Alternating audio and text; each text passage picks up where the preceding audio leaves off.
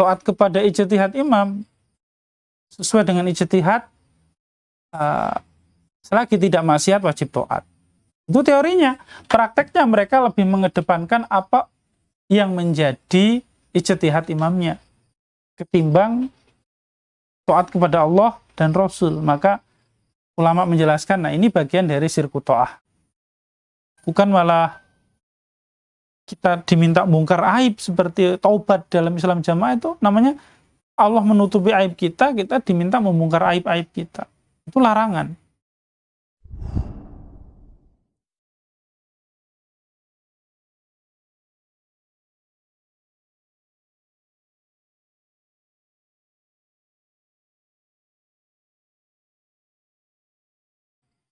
Sekitar tahun 1999,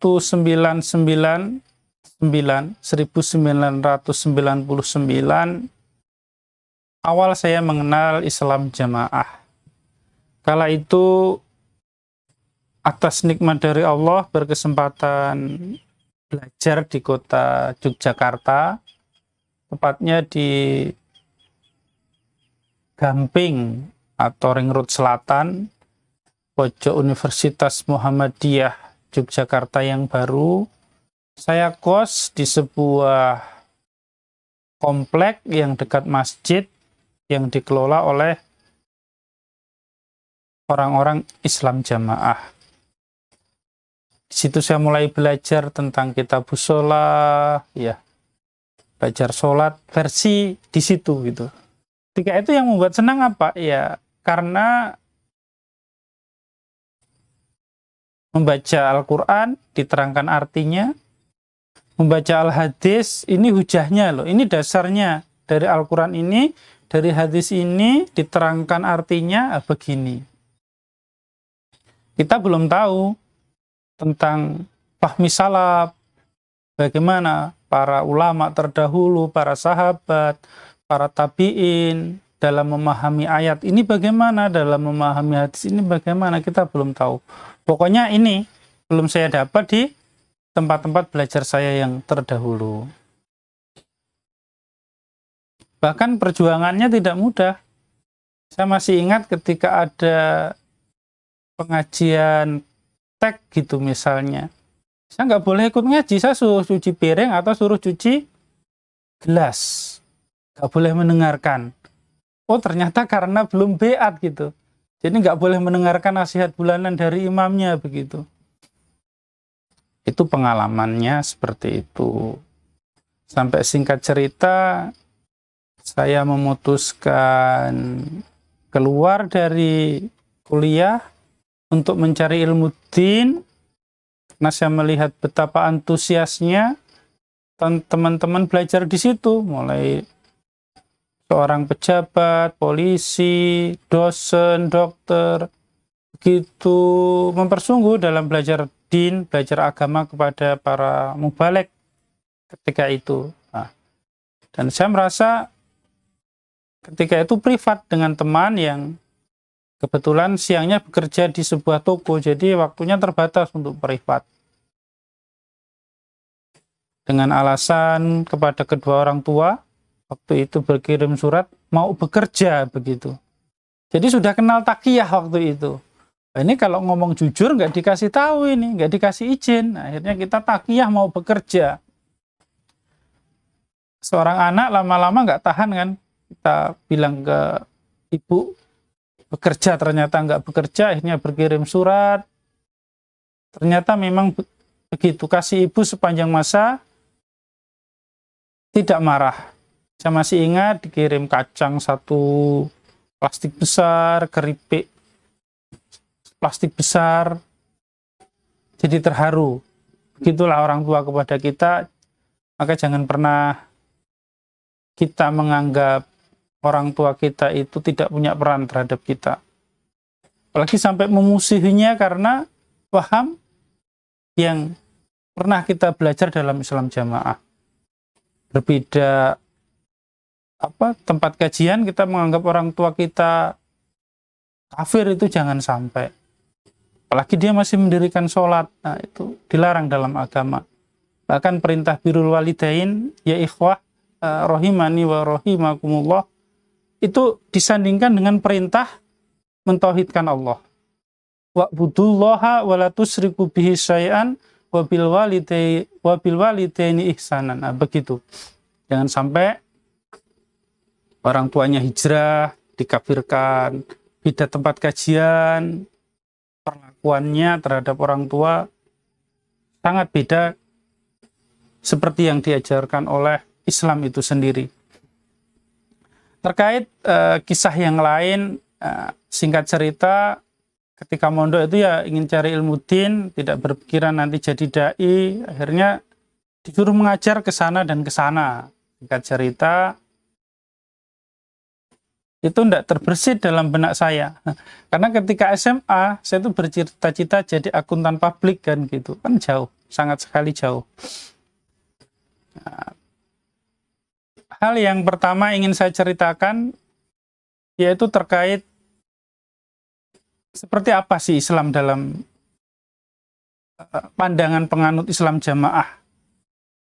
Yang saya berada di situ sekitar ya takriban 20 tahun, sekitar 20 tahun. Pertama tentang Islam secara umum. Kita masih ingat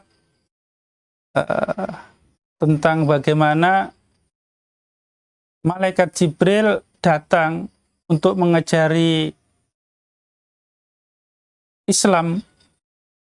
Dia datang bertanya kepada Rasulullah tentang apa itu Islam. Percakapan di situ Rasulullah menjawab, Islam yaitu yang mendirikan, bersaksi bahwa Nabi Muhammad adalah utusan Allah. Terus kedua, mendirikan salat, sholat, zakat, puasa, dan haji bagi yang mampu. Rukun Islam itu 5. Tidak harus disempurnakan, berbeat kepada amir, tidak. Apalagi amirnya itu amir abal-abal. Sudah tidak memiliki wilayah, sudah tidak memberikan manfaat ataupun tugas dia dalam melindungi, melakukan pengaturan, nah, tidak ada. Apalagi amirnya abal-abal seperti itu. Amir yang harus dibeat, seandainya pun harus dibeat, itu adalah amir yang besar, yang diakui. Kalau di negara kita ya Presiden Republik Indonesia yang kita kenal dengan namanya Pak Jokowi lah, singkatnya gitu. Insinyur Jokowi Dodo.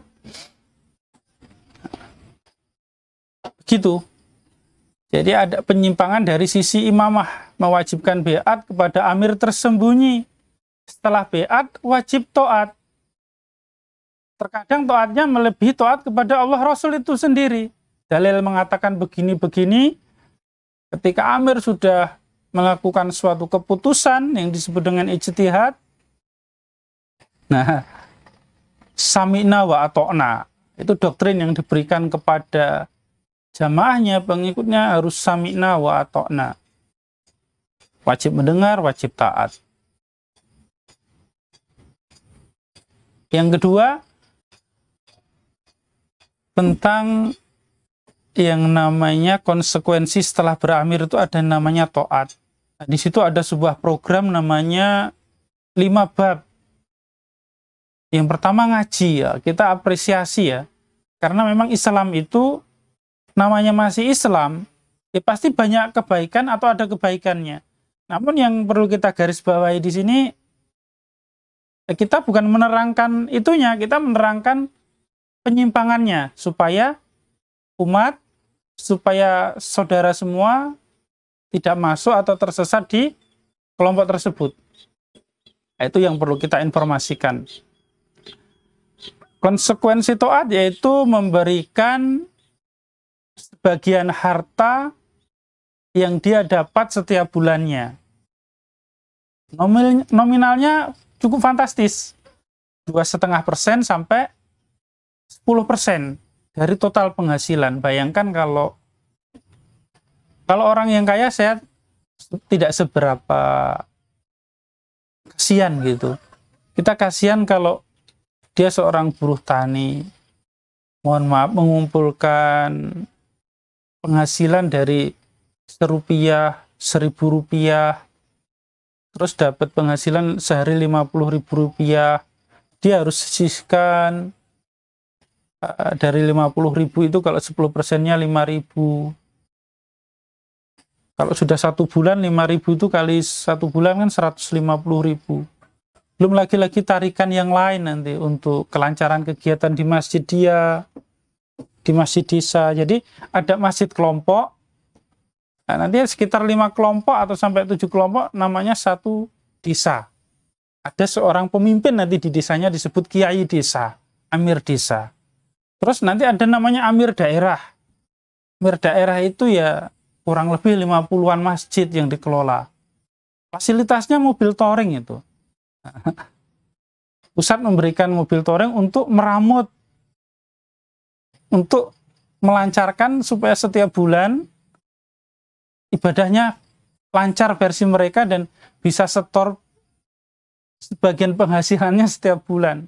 Nanti dibawa ya, atau di Jakarta, di Pondok Gede, atau dibawa ke Kediri kalau wilayah Indonesia Timur gitu. Dan ini memang sudah besar. Tapi besar itu kan bukan berarti benar. Ketika dia tidak mencocoki dengan Al-Quran dan Sunnah, ala fahmi salaf, tentunya itu perlu kita ingatkan sebagai wujud persaudaraan kita. Jadi mengambil harta tidak ada contohnya. Pengambilan harta model seperti itu di zaman Rasulullah, sahabat tabi'in tidak ada contoh yang mencocoki.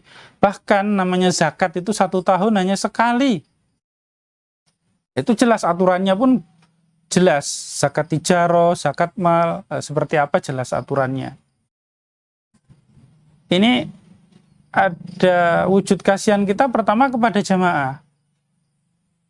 Hak-hak mereka diambil itu tentunya.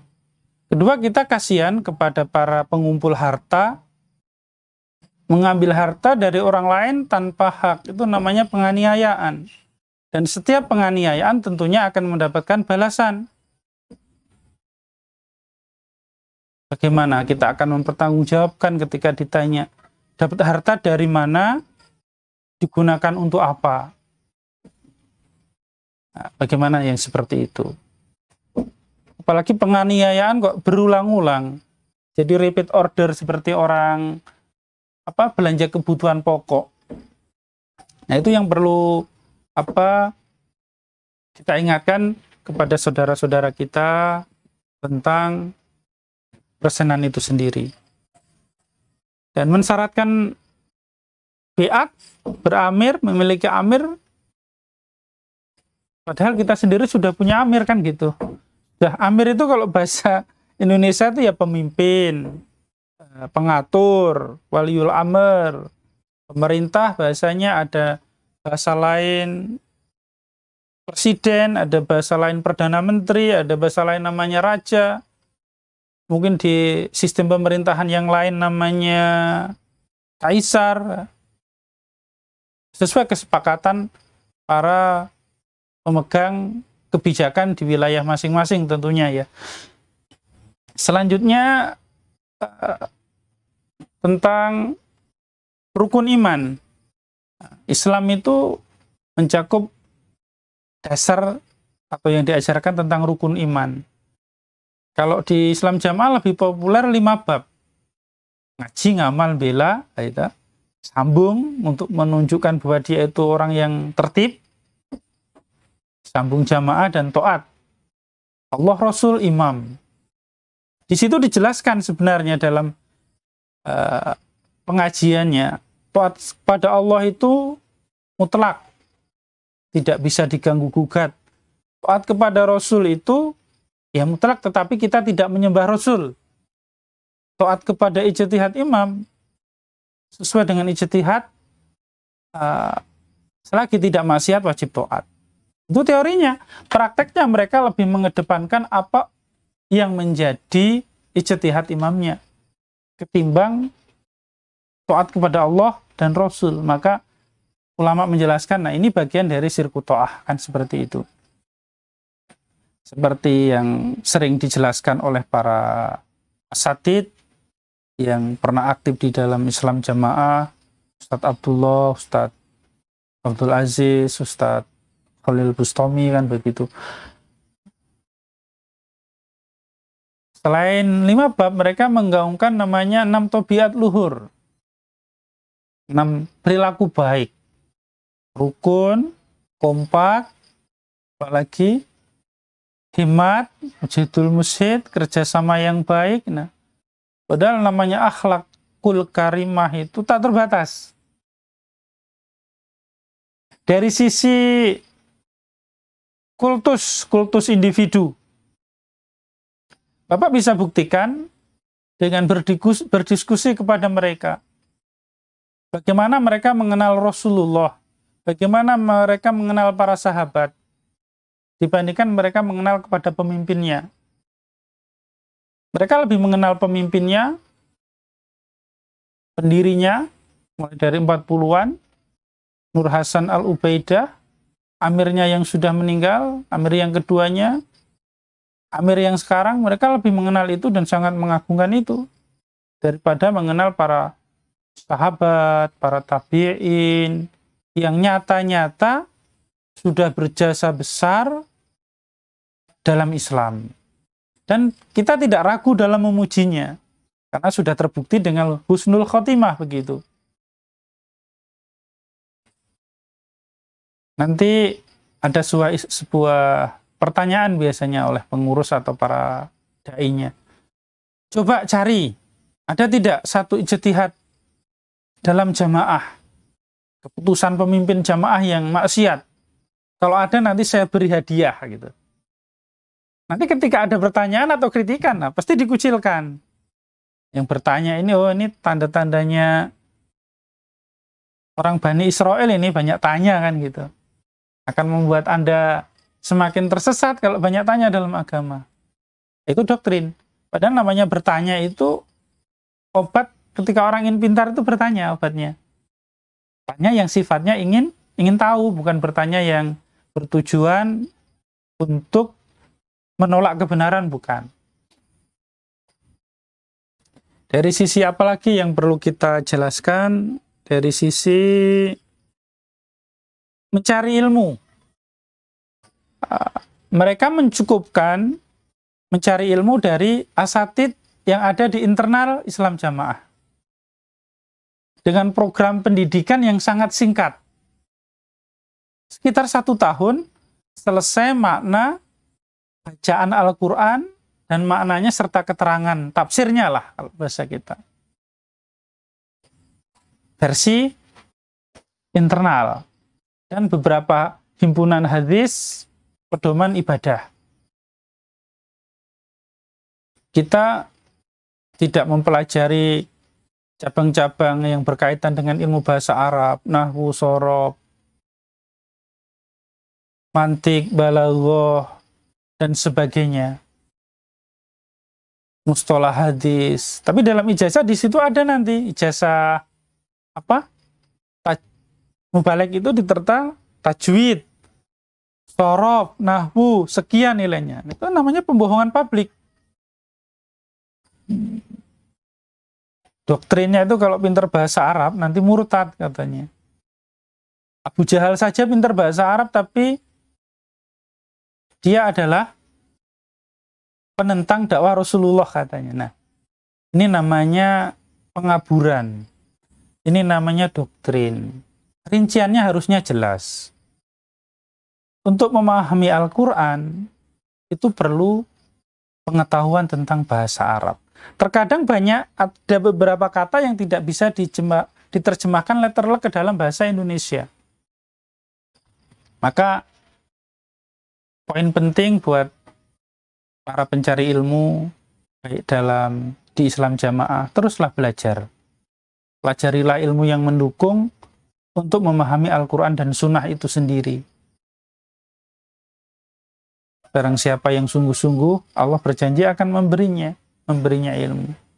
Sesuai dengan kadar pengagungannya, kesungguhannya, kesabarannya, pengorbanannya terhadap ilmu itu sendiri. Insya Allah, Allah Maha memberi kepada hambanya. Selanjutnya tentang paham takfiri. Nah, ini yang sebenarnya sangat sangat krusial, sangat perlu diketahui oleh satu-satunya umat Islam termasuk Islam Jamaah, bahwa larangan memberikan cap kafir kepada saudara kita secara serampangan itu tidak boleh. Kenapa? Karena Rasulullah memberi ancaman bisa kembali kepada diri kita sendiri. Islam itu jelas, selagi dia menegakkan rukun Islam yang 5, syahadat, sholat, zakat, puasa, haji, maka dia ya Islam. Nggak harus beat. Maka jangan di dalam Islam Jamaah, golongan selain mereka yang tidak beat kepada amirnya, yang tidak rutin ikut kajian di dalamnya, itu dianggap bukan muslim. Sampai mereka menikah harus sesama golongannya. Bahkan ketika nanti salah satu keluarga kita misalnya nggak ikut pengajiannya, itu akan diboikot, nggak dapat warisan, akan diusir dari rumahnya. Ada beberapa bukti, walaupun pihak Islam Jamaah menetralisir itu tidak ada, tapi faktanya ada. Begitu. Mereka akan memutuskan tali persaudaraan kalau memang nggak ada hubungan saudara. Tidak tidak berhubungan dagang, tidak berhubungan kerja.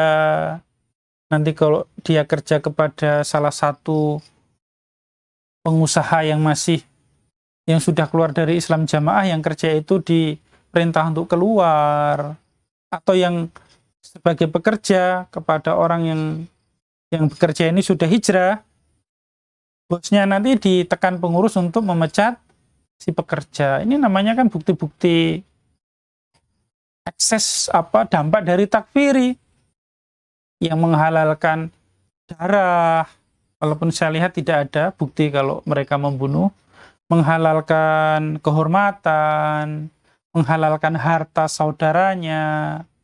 Nah, itu paham-paham yang sangat berbahaya, baik di dunia maupun di akhirat buat pelakunya, kan begitu.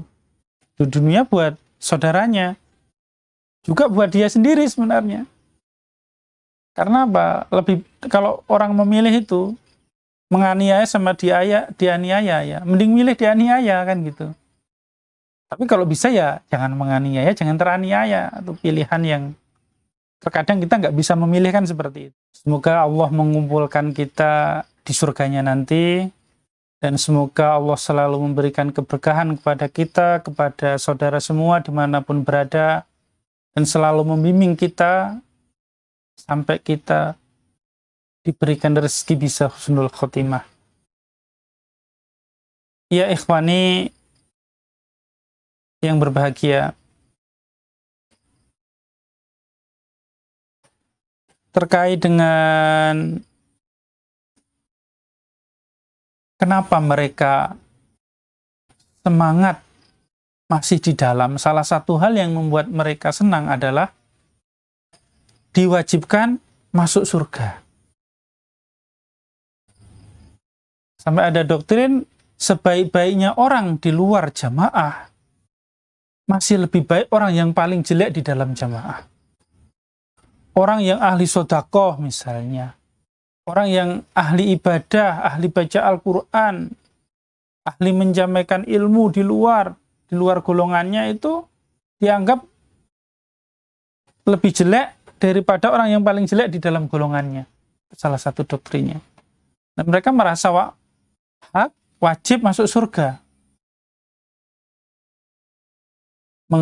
Mengutip sebuah dalil, man amila lillah fil jamaah fa in asoba qabilallahu minhu wa in akhta'a ghafarallah. Nah, mereka begitu. Kalau benar diterima, kalau salah diampuni. Tetapi orang yang beramal di luar jamaah, katanya, walaupun benar-benarnya ditolak. Apalagi kalau salah. Nah, ini namanya penyimpangan sebuah dalil. Penyelewengan.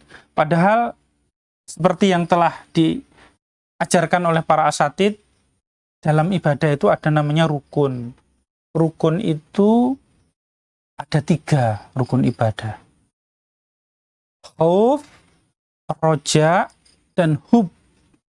Jadi antara terkumpul rasa takut, rasa harap, rasa cinta. Ibnul Qayyim menerangkan, dia bagaikan kepala dan 2 sayap. Cinta itu, orang kalau cinta, apapun akan dia lakukan dalam beribadah. Kalau dia cinta kepada Allah. Kalau dia takut kepada Allah, dia akan meninggalkan segala larangannya. Dia takut akan disiksa, dia takut akan azabnya Allah. Dan ketika dia ada roja, ya, dia akan pun bersemangat. Ada harapan, rahmat Allah, keridhaannya, surganya. Kalau dalam Islam jamaah, pokoknya orang Islam jamaah itu wajib surga. Padahal kita sebagai orang iman tuh harus merasa khawatir. Amalan kita jangan-jangan belum benar, jangan-jangan belum cukup, jangan-jangan tidak diterima oleh Allah. Kita harus selalu cinta agar kita selalu bersemangat dalam kondisi apapun. Nah, ini bahaya menurut saya. Ajaran doktrin pokoknya jamaah pasti surga akan menyebabkan dia melakukan banyak hal yang dilarang oleh agama. Entah itu riba, syirik. Karena walaupun diajarkan dilarang syirik, tetapi tidak dijelaskan apa itu syirik.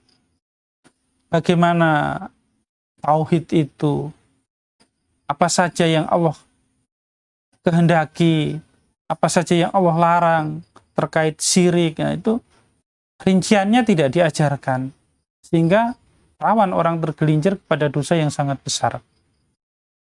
Itu tentang mewajibkan jamaahnya masuk surga.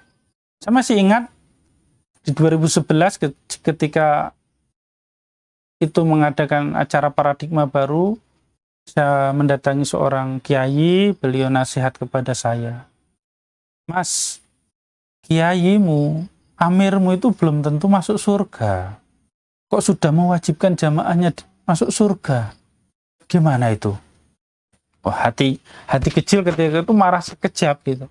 Tapi langsung akal mengatakan, oh benar juga ya. Nah, dari situlah mulai ada namanya khotroh gitu ya, terbersit apa nih jamaah kan gitu.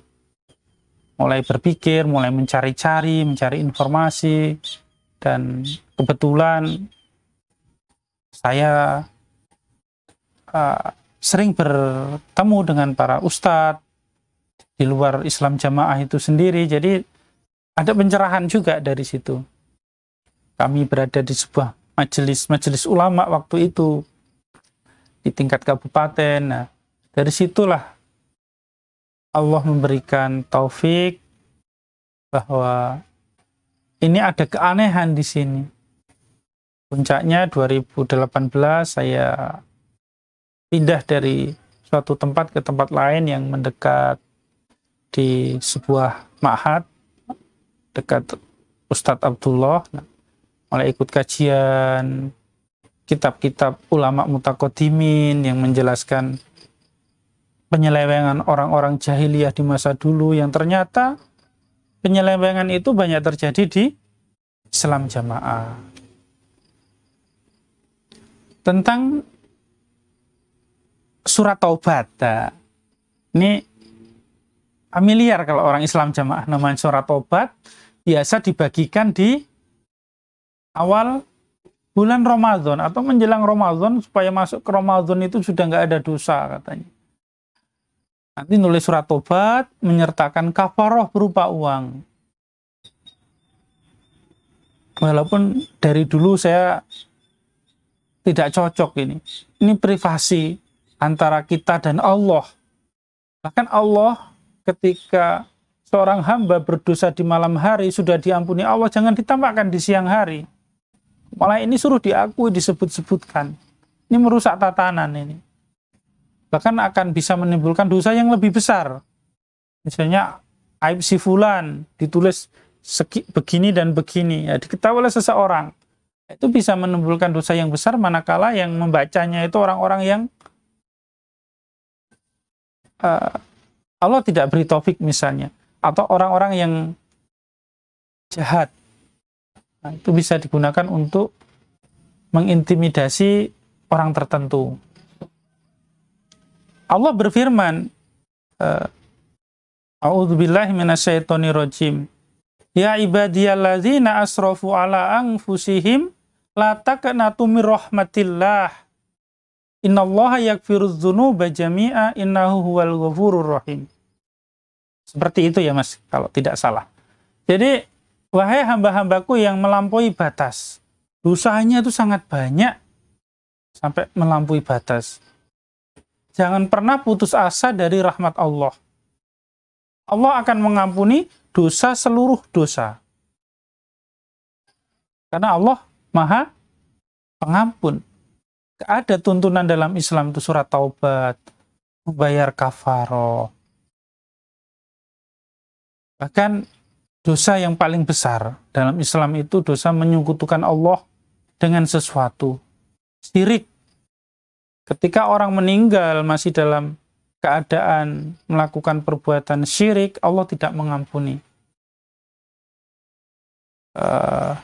Innallaha la yusyriku bihi syai'an.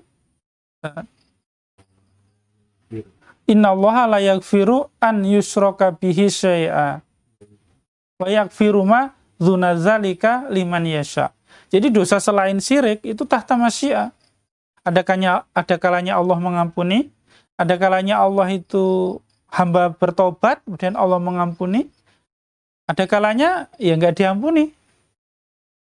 Tetapi dia tadi selagi dia muslim, dia masuk surga. Dosanya dibersihkan di neraka, setelah dia mempertanggungjawabkan perbuatannya, Allah masukkan surga. Jadi selagi Islam, ya surga begitu. Bukan kalau Islam jamaah pasti surga. Walaupun kita di suatu kelompok, kita syirik pada Allah, apalagi syirik akbar, tentunya akan mendapatkan ancaman neraka yang kekal begitu. Saudara-saudaraku Muslim yang saya hormati, karena begitu banyaknya penyimpangan yang terjadi mulai sisi akidah, yang sebab akidah yang salah itu memunculkan banyak penyimpangan lagi. Akhlaknya juga tidak baik. Salah satunya taqiyah, menyembunyikan keyakinan. Dia seperti tidak mengkafirkan muslim yang lain, tapi akidahnya, pokoknya muslim selain Islam jamaah itu nggak akan masuk surga. Semuanya kafir. Nah, itu kan muncul dari akidah. Akhirnya apa? Dalam bermuamalah mereka akan meremehkan. Karena kesalahan-kesalahan akidah yang memang diajarkan. Entah itu disengaja atau ketidaktahuannya para petinggi Islam jamaah itu sendiri, Allahu a'lam. Kalaupun mereka sudah tahu, semoga Allah menggugah hatinya untuk meninggalkan. Semoga Allah menunjukkan kepada hamba-hambanya yang menyangka dia dalam kebenaran, ternyata tidak dalam kebenaran.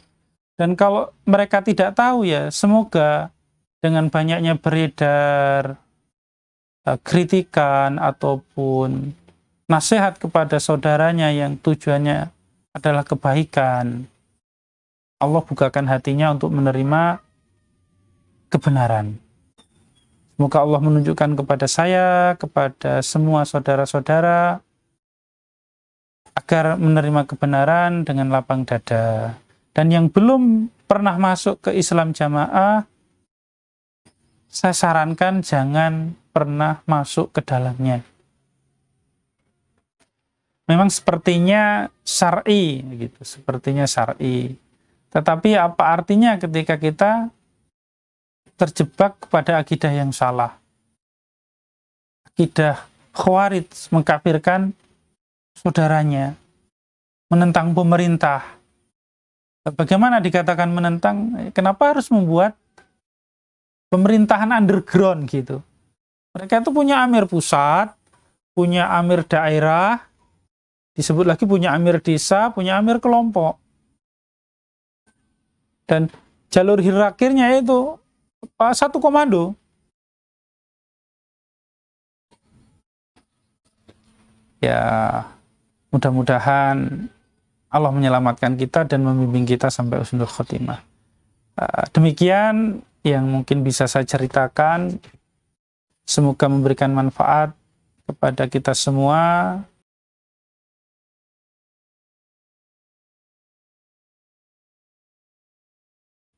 Hal yang saya dapatkan setelah saya keluar dari Islam Jamaah itu sangat banyak, terutama hati-hati kita. Kita lebih enak, enjoy. Begitu dengar azan, ketemu masjid, ya kita belok. Itu masjidnya umat Islam, masjidnya Allah, diperuntukkan sholat untuk semua umat Islam. Apalagi kita ketemu orang muslim yang lain itu, kita nggak bilang, oh itu bukan orang kita, tidak. Itu muslim saudara kita. Dari manapun, selagi dia sholat, ya dia muslim, saudara kita. Ternyata saudara kita lebih banyak. Apalagi hubungan kekeluargaan bagi saya lebih terasa erat dengan orang tua, dengan keluarga yang lain, keluarga istri. Karena kita tidak menganggap dia bukan muslim, dia ya muslim. Walaupun selagi masih di dalam, saya tidak pernah berkeyakinan bahwa selain golongan saya itu kafir, tidak. Saya cuma waktu itu ya, selagi Islam, dia mencocoki Al-Quran dan Sunnah, ya dia muslim. Saya berkeyakinan seperti itu. Namun memang waktu itu saya tidak begitu detail mengetahui penyimpangan yang ada dalam Islam Jamaah. Sebenarnya ini menyimpang gitu loh. Makanya beberapa teman, saya mendengar selentingannya, memang Agus itu dari dulu sudah punya bibit yang nggak baik gitu. Sudah sering tanya-tanya, sering kritisi begitu. Karena fitrah kita itu terhadap kebenaran, Allah memberikan fitrah, orang itu senang. Fitrah manusia itu senang pada kebenaran. Tentang kita lebih sedikit setelah belajar tentang fikih itu, kita ada namanya sesuatu yang harus didahulukan. Ketika dua kewajiban berdatang bersamaan, sedangkan tidak mungkin kita meninggalkan salah satu dari keduanya, pasti kita akan mengerjakan yang paling prioritas, yang wajib. Ketika itu, yang sunnah kita kerjakan, yang lebih wajib, birrul walidain, sambung famili, silaturahim, itu kita tinggalkan dengan acara-acara doktrin. Dan itu ya yang sangat saya sedihkan begitu. Tidak ada orang yang berjasa kepada kita melebihi jasanya ibu dan bapak kita. Bahkan ulama memberikan nasihat, rasa sakitnya ketika kita melahirkan, rasa sakit ibumu ketika melahirkanmu tidak akan kamu bisa balas dengan apapun. Apalagi jasa-jasa yang lain. Membawa kita dalam perutnya selama 9 bulan. Susah, senang, selalu dibawa kemana-mana. Kita kecil diurusi, kita dididik, dan sebagainya. Terkadang karena doktrin di Islam Jamaah itu bisa memusuhi orang tuanya, karena orang tuanya tidak menganut Islam Jamaah. Alhamdulillah, jadi kita itu orientasinya sederhana sekarang. Allah ridho, Allah perintah, Allah senang, kita berusaha semaksimal mungkin untuk menggapainya. Allah melarang, Allah tidak suka, Allah tidak ridho, kita berusaha semaksimal mungkin untuk meninggalkannya. Walaupun terkadang kita terjatuh, kita bertobat. Karena keterbatasan kita sebagai manusia yang memang tak luput dari salah dan dosa, ya kita bertobat kepada Allah, menyesali dosa kita, bertekad tidak akan mengulanginya, meninggalkan wasilah-wasilah yang menjurumus ke situ, dan beristighfar kepada Allah. Nah, nggak harus buat surat tobat.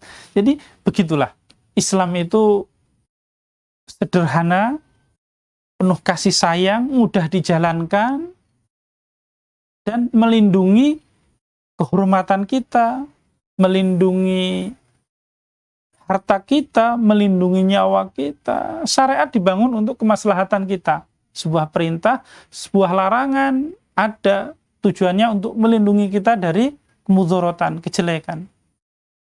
Bukan malah kita diminta bongkar aib seperti taubat dalam Islam jamaah, itu namanya Allah menutupi aib kita, kita diminta membongkar aib-aib kita. Itu larangan. Jadi beragama itu sangat mudah. Kalau kita punya cita-cita yang tinggi, ya perjuangkan cita-cita tinggi. Baik urusan dunia, urusan akhirat. Seperti saran dari Rasulullah SAW, ihris alama yang fa'uka wasta'in billah wala ta'jas. Nah,